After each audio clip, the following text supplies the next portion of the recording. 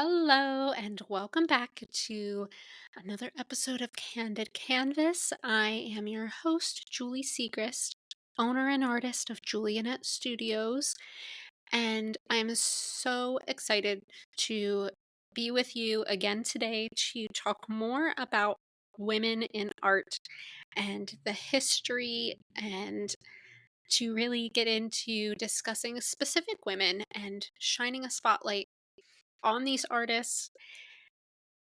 Once again, at the top here, I want to remind you that you can join me over on Patreon at my Julianet Studios Patreon.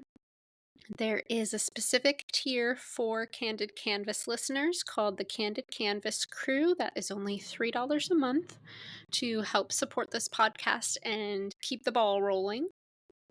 And one of the things that is included in that tier are some guidebooks that I have created to go along with this series that has some short synopsises of each era that I'm discussing, along with some short little blurbs about the women I'm discussing and actual images of some of their artwork, so that if you're a more visual person, that might be something that you're interested in. So be sure to check that out over on Patreon. But today we are entering the age of enlightenment, and that means it's time for a rebirth. Europe's cultural renaissance.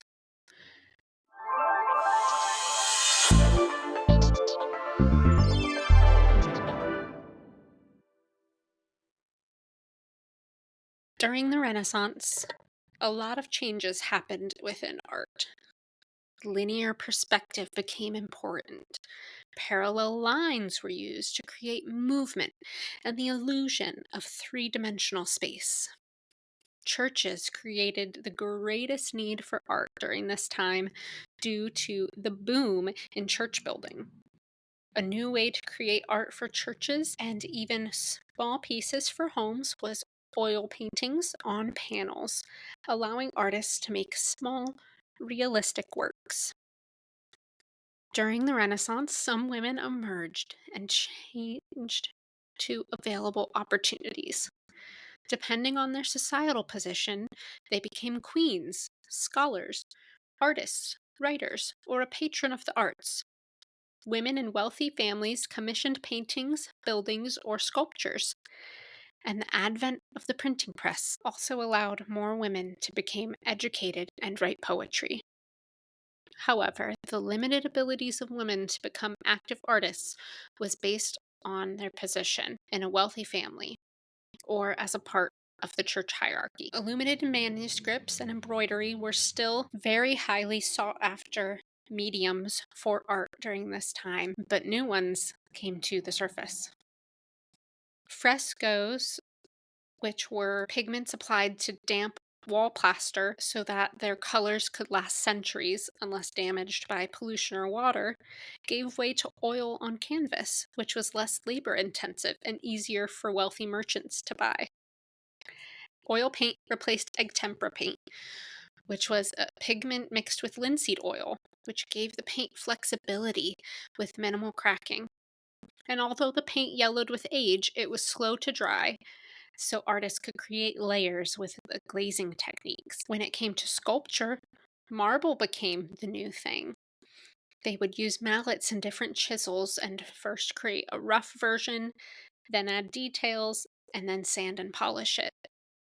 And significantly few female artists of that day were sculptors, because the works were done in workshops where women were not allowed. Wealth through trade routes brought money into Europe, and so artists flourished.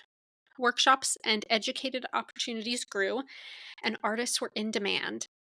Male artists during the Renaissance received monetary support from families like the Medici and the Catholic Church. Education was necessary because the Renaissance was based on classical antiquity and philosophical concepts. Studying math and anatomy was also crucial, and they were not skills just learned as an apprentice. However, during this period, women were expected to learn the skills to be wives and mothers, and not well educated people or artists. Talented women succeeded in the Renaissance, though, because they were nuns, a noblewoman whose families allowed them to paint, or were born into a family of painters. One such woman was Plautilla Nelli, a Florentine painter known as the nun artist. She was taught to draw and over time began an art studio with 8 nuns. She would not have had access to nude models to study anatomy, so most art historians commend her work as being among the top of Renaissance artists despite her limited training and gender. Her rendition of The Last Supper features supple greens and rich burgundies and held true depth and character. Another artist of that time was Katharina van Hemissen. She was a Northern European painter and has been attributed to several small-size portraits and is the earliest female artist to have that attribution. She apprenticed in her father's studio and was a well-known mannerism painter. Besides portraits, she painted religious figures with realism and depth of field. Renaissance art, in general, has themes of being harmonious, balanced, and symmetrical. When we move into the era of mannerism, the work was less focused on the beauty of balance and perfect symmetry to elongated features with expressive and unusually positioned figures. There's a dissonance, an imbalance, and ambiguousness. One of the most well-known artists during this age was the Bolognese painter Lavinia Fontana. She learned to paint from her father and was regarded as the first female career artist in Western Europe, as she relied on commissions for income. Her husband raised their 11 children while she worked. She competed with male counterparts on the open market, and she operated her studio, attended schools, worked on commissions, and painted in various genres. She did many portraits and painted significant works with mythological or religious themes, even adding nude females, an unheard of image for a woman painter. She earned a doctorate at the University of Bologna and was admitted to the Academy, became famous, and was commissioned by the Pope to paint images for his court. Lavinia painted roughly 110 paintings and was known for her detailed portraits of women, particularly her successful painting of lace and jewelry and difficult images of hands, which, as any artist knows, are some of the most difficult things to paint. Moving to the Baroque period, where artwork became dark with bold contrasts, Artemisia Gentileschi, an Italian painter, considered among the most accomplished 17th century artists, is found. She initially worked in the style of Caravaggio and was producing professional work by age 15. She was the first woman to become a member of the Accademia di Arte del Disegno in Florence and had international clientele. Many of Gentileschi's paintings feature women from myths, allegories, and the Bible, including victims, suicides, and warriors. She was known to depict the female figure with great naturalism and for her skill in handling color to express dimension and drama. The work of the Baroque period reflected the social turmoil existing in Europe and the Catholic Church's influence, stressing images of intense piety. Artists developed strong styles with dramatic colors, using the effects of light and theatrical poses. Well known for techniques of chiaroscuro and tenebrism, creating intense dark spaces punctuated by delicate features. Contrast became radical. Spatial symmetry is broken, becoming asymmetrical. Another artist from the 1600s was English painter and writer Mary Beale. Considered the most productive female artist in England who painted portraits, she was probably taught by her father, who was an amateur painter. She learned to paint by copying masterpieces she saw, and when she became successful, her studio became a business with her husband as a manager. They performed as equals and partners in the art business, which was unusual for that time, and she established a thriving portrait studio in London, quickly gaining recognition for her talent. She painted portraits of various members of the English aristocracy, including members of the royal family and notable figures from the arts, sciences, and politics. Her work was characterized by its naturalism and attention to detail.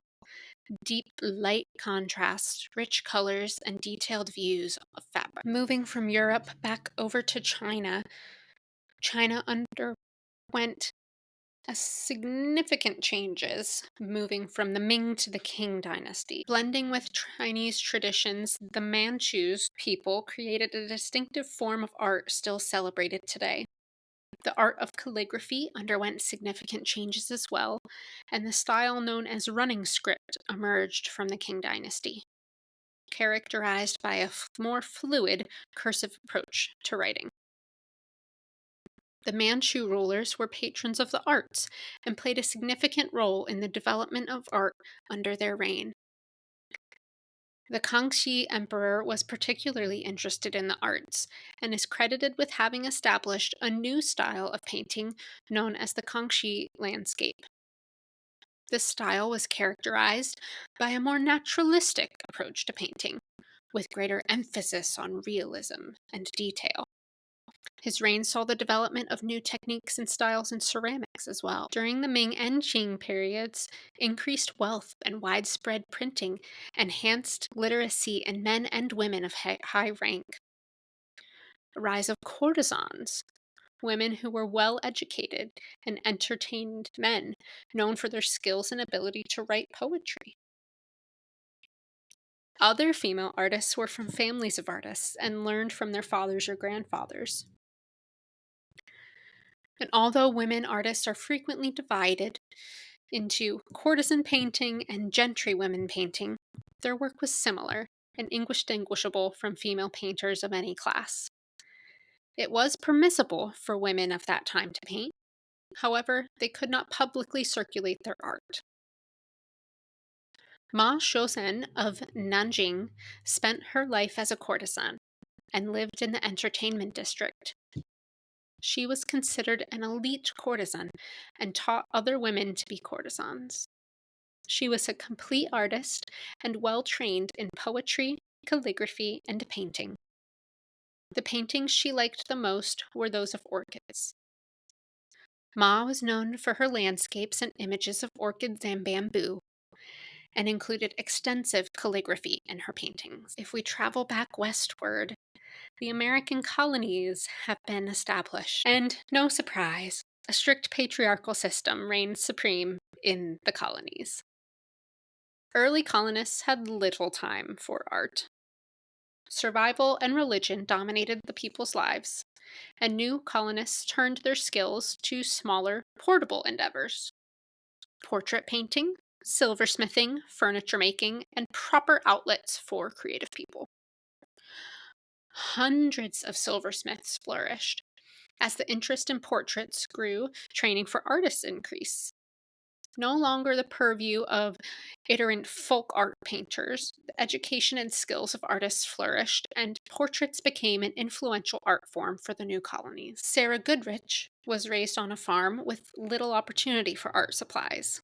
She learned to draw using sticks in the sand of the kitchen floor. She displayed a talent for art from a young age and began her artistic training in Boston. She studied with a painter and opened her own studio, gaining recognition for her skillful execution of miniature portraits.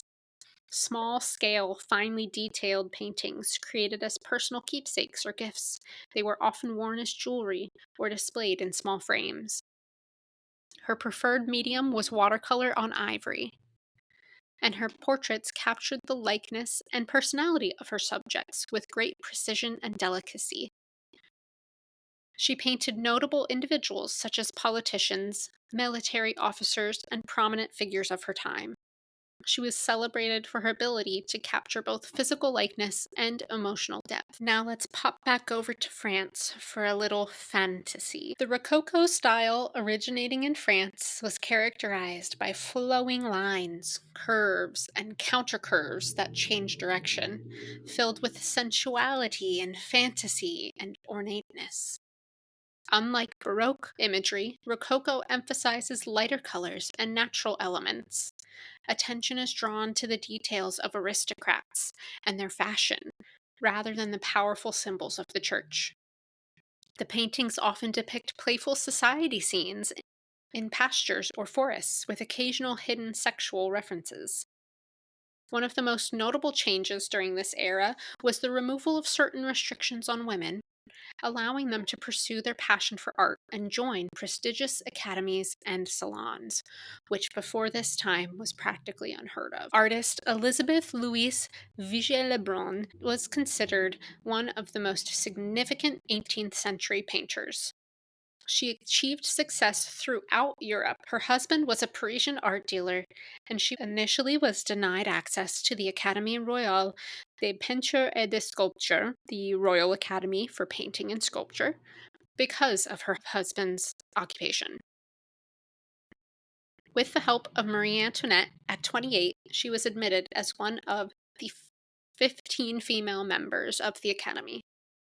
She left France during the French Revolution and worked in Italy, Germany, and Russia, painting multiple royal families and their associates, directly responding to the excess and extravagance of the Rococo and Baroque periods.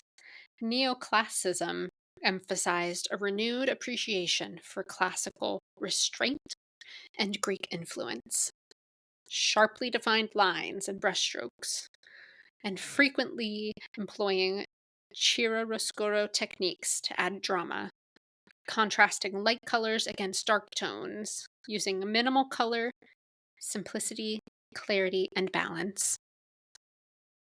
Artists like Angelica Kauffman found their style in neoclassicism. Angelica showed an aptitude for art at a young age, and her father was a muralist who would take her on his travels to other countries. She honed her skills as a portraitist in Italy, returning to England and gaining a strong reputation among the upper echelons of society. She was married twice, but chose to focus on her career and did not have any children. She helped found the Royal Academy of Arts in London as one of the two women accepted, the other being Mary Moser, but were both restricted from attending any meetings or celebrations. They could not participate in any painting classes with nude models. And after the death of Kauffman and Moser, no other female artists were Academy members for 168 years, until 1936, when Dame Laura Knight was elected into the Academy. In the late 18th and early 19th century in Europe, Romanticism took hold, emphasizing the importance of imagination, emotion, and nature, celebrating the individual imagination and intuition, and the struggles for freedom and equality. During the late 18th and early 19th century, American painters Anna and Sarah Beale were making names for themselves. Anna Claypole Beale was an American painter who specialized in portrait miniatures on ivory and still lifes. She and her sister, Sarah Marion Beale, were the first women elected academicians of the Pennsylvania Academy of Fine Arts. Her sister, Sarah, was also a portrait painter, considered to be the first American woman to succeed as a professional artist. She painted portraits of mainly Maryland, Pennsylvania, and Washington, D.C. notables, politicians, and military figures. Lafayette sat for her 4 times. Around 1860, she shifted her subjects from portraits back to still life, but with a natural arrangement, rather than the formal ones of her earlier years. Moving from Romanticism to the Industrial Age in the 19th century, trade expanded. There was a noticeable shift from romanticized depictions to realism. In European art, realism gained popularity and it paved the way for Impressionism. Technology progressed, and artists had access to new materials and methods, leading to the emergence of multiple art movements that spread globally. In American art, in the early 1800s, American artists were still influenced by European styles, painting portraits and everyday life until new ideas of American landscape painting were established, based on the concepts of the new country and natural wonders, creating a new genre. Artists still went to Europe for training, and American realism painters embodied themes of democracy, heroic American life, and westward expansion. After the Civil War, and with the railroad creating opportunities to move throughout the country, photography, prints, and magazine illustrations became popular art expressions. As European influence grew, with learning Western production and advancing their technologies, Asian art flourished. Art was based on ink and water soluble minerals on silk or paper. Specific images were considered high art and the only type acceptable. The new foreign cultures started a style of picture making, incorporating the ideas of tradition and imported ideas. Women artists made significant progress in the latter half of the century, creating an impact in changing the status quo. An American painter, John Rand, experimented with storing his paint in a tin tube with a screw cap. This paved the way for Impressionist painters to do paintings outside. The French box easel was invented in the 19th century, with the telescopic legs making it portable, and plein air painting took hold. Starting in France, realism artists tried to paint objective views of life around them, frequently coarse and violent. After the French Revolution, people wanted democratic and representative change in their lives and government, and the realists painted the life of the people around them. Scenes of people working, peasants in the fields, life in the cafes, and naturalistic portrayal of the body. Artists were disillusioned, trying to adhere to the artificial standards of the different salons and academies. Realism did not mean painting with photographic reality.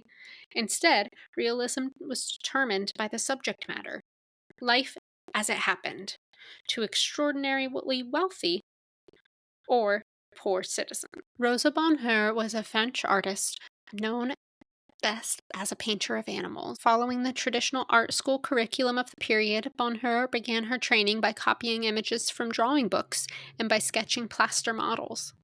As her training progressed, she made studies of domesticated animals, including horses, sheep, cows, goats, rabbits, and other animals in the pastures around the perimeter of Paris, the open fields of Villiers near Levallois-Perret, and the still wild Bois de Boulogne. As her training progressed, she made studies of domesticated animals, including horses, sheep, cows, goats, rabbits, and other animals in the pastures. At 14, she began to copy paintings at the Louvre. She studied animal anatomy and osteology and prepared detailed studies that she later used as references for her paintings and sculptures. Bonheur, while taking pleasure in activities usually reserved for men, such as hunting and smoking, viewed her womanhood as something far superior to anything a man could offer or experience. From 1800 until 2013, women in Paris, France, were technically forbidden from wearing trousers without permission from police, with only a few exceptions. Enforcement of this largely stopped during World War I and after, but in Bonheur's lifetime, it was still an issue. In the 1850s, Bonheur asked for permission from the police to wear trousers, as this was her preferred attire to go to the sheep and cattle markets to study the animals she painted. In the US in the 19th century, women, despite receiving education in art during the period, were still not admitted to most art academies in the US, or organized clubs or groups supported by a particular patron. The Hudson River School movement marked a significant milestone in the history of American art. By capturing the untamed beauty of the wilderness, These artists created the first national art style unique to the United States. Their approach involved immersing themselves in the wild, sketching each detail they observed, and then carefully piecing together a larger composition of the parts in their studio's comfort. Despite facing significant challenges, women persevered and created breathtaking artworks, although their contributions were often undervalued. The journey was particularly arduous due to the restrictive clothing women were expected to wear. But some female artists were fortunate to have connections to well-known male painters, which provided some advantages for travel. In exhibitions today, the women's artwork reflects the same romantic sensibility, respect of balance, luminosity, and love of picturesque landscapes as those by male artists. In 2010, the first exhibition of female artists following the Hudson River School concepts was held in New York. It was assumed, largely, that women were not part of the movement because it was too difficult to hike through the wilderness and produce art. But Harriet Caney Beale, born in Pennsylvania, proves that theory wrong. She began studying with Rembrandt Peale and married him. Unlike other women who had to stop painting after marriage, Peale continued to paint and became part of the well-known family of Peales, two of whom we already have mentioned on this podcast. She exhibited at the Pennsylvania Academy for Fine Arts 5 times, which was an unusual opportunity for women of that period. After the purchase was signed, Jefferson and Lewis and Clark, on their famous journey to the Pacific Ocean, opened new territory. Artists also traveled with other explorers, painting the wonders and people they observed in their westward expansion. Artists frequently romanticized the settlers, cowboys, miners, soldiers, explorers, traders, and others who were part of the movement into the Promised Land. Part of the lure of the West was the incredible scenery of the extreme mountain peaks, roaring waterfalls, immense trees, and rushing rivers, all inspirations for an artist who traveled the region.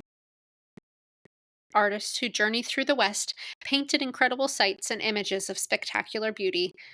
Early writers composed stories and poems about the wonders they saw, all helping to develop a national pride in these untamed wilderness areas in the people of the East and government officials. The Victorian definitions for the role of women were still followed during this time, and female artists had to overcome the perceptions set for them. Many women traveled throughout the West and painted, sketched, and drew the scenery, mountains, Native Americans, settlers, and rural life.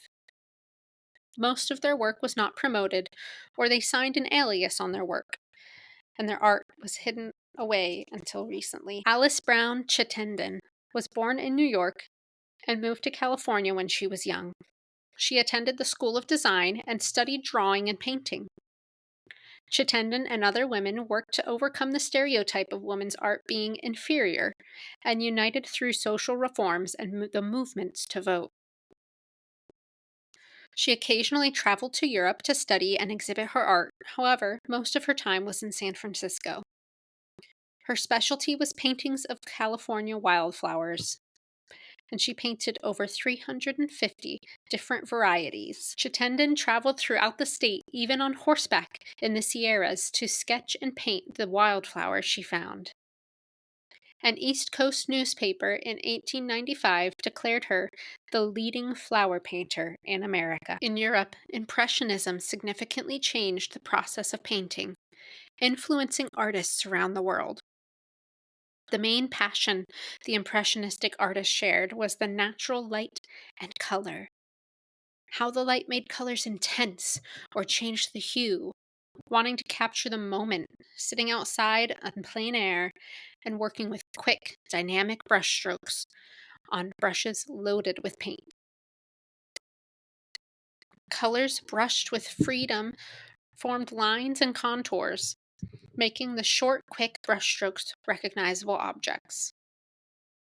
The history of the Paris salons and Impressionism were intertwined. The salons held annual shows and only exhibited traditional styles of art. Only a few women consistently exhibited in the salons. When a few adventurous painters tried to submit their non traditional paintings, they were rejected. From 1874 to 1886, the Impressionists held their shows apart from the Salon and its standards. Critics panned the artwork, declaring the colors unblended, with little detail and visible brushstrokes, not artists deserving serious attention. Claude Monet entered the painting Impression Sunrise, and a critic derided the painting as just an impression, not a completed painting, only indistinct and blurry forms. The other artists and Monet started to call themselves Impressionists, and the name remained forever. The Impressionist style was well suited for women. Traditional art was painted on large canvases and followed heroic or historical themes, concepts defined as unsuitable for women. Impressionists used small-sized canvases with portable easels and paint. Capturing a moment based on natural light allowed women to work quickly. They painted in the garden or made snapshots of commonplace activities by family and friends. The more informal subject matter was easy to observe and complete within their daily domains. Berthe Morisset, a French painter and a member of the circle of painters who became known as the Impressionists, was described by art critic Gustave Geffroy as one of les trois grandes dames, the three great ladies of Impressionism, alongside Marie Bracford and Mary Cassatt. Her and her sisters were taught art privately by Geoffrey Alphonse Chocarne and Joseph Guichard. They started copying paintings from the Louvre to learn, and she took up plein air painting in 1861. She studied sculpture with Aimé Millet, but none of her sculptures were known to survive. She initially started with watercolors and pastels until she became more confident in oils, then worked in all three mediums at the same time. Marie Brocmond married Felix Brocmond, a lithographer who worked with many early Impressionist artists. Marie was a painter who followed the ideals of Impressionism, and some believed she created far more exciting paintings. Most of her paintings were created in her garden. Even though her husband disapproved of her art, she defended Impressionism throughout her lifetime, stating, "Impressionism has produced not only a new but a beneficial way of looking at things. It is as though all at once a window opens and the sun and air enter your house in torrents." A form of art that has been practiced for centuries but often overlooked is quilting. It's been a form of art since ancient Egypt and has been practiced for centuries, and during the 19th century became quite popular in the United States. Women used quilting to express their creativity and showcase their skills while fulfilling practical home needs. They often gathered in small groups known as quilting bees to work together on quilts. This provided a social outlet and allowed for exchanging ideas and techniques. Quilting has a rich history dating back to the medieval era, where it was mainly used for clothing and bedding. Quilted clothing was a sign of nobility and was made using luxurious fabrics and intricate embroidery. Quilting was a significant part of American folk art in the 19th century. And even today, quilting is still prevalent in the United States and worldwide. While techniques and materials have advanced, the fundamental principles remain unchanged. Quilting is still an outlet for creative expression and a way for both men and women to showcase their skills while serving practical purposes in the home. During the 19th century, quilting played a significant role in American culture, providing a social outlet for women and serving as a means of communication for slaves seeking freedom. It also played a part in the women's suffragette movement. Today, quilting remains a cherished art form that continues to evolve with the times. And that is where we will wrap up this episode of Candid Canvas. Thank you so much for joining me, and I am so excited for us to dive into the 20th century next time.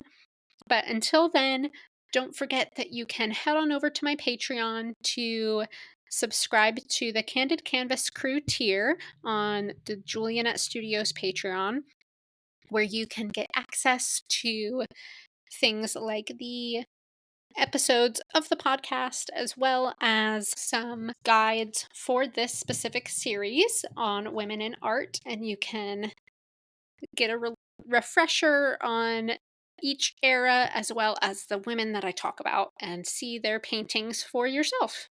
So thank you so much, and until next time, goodbye.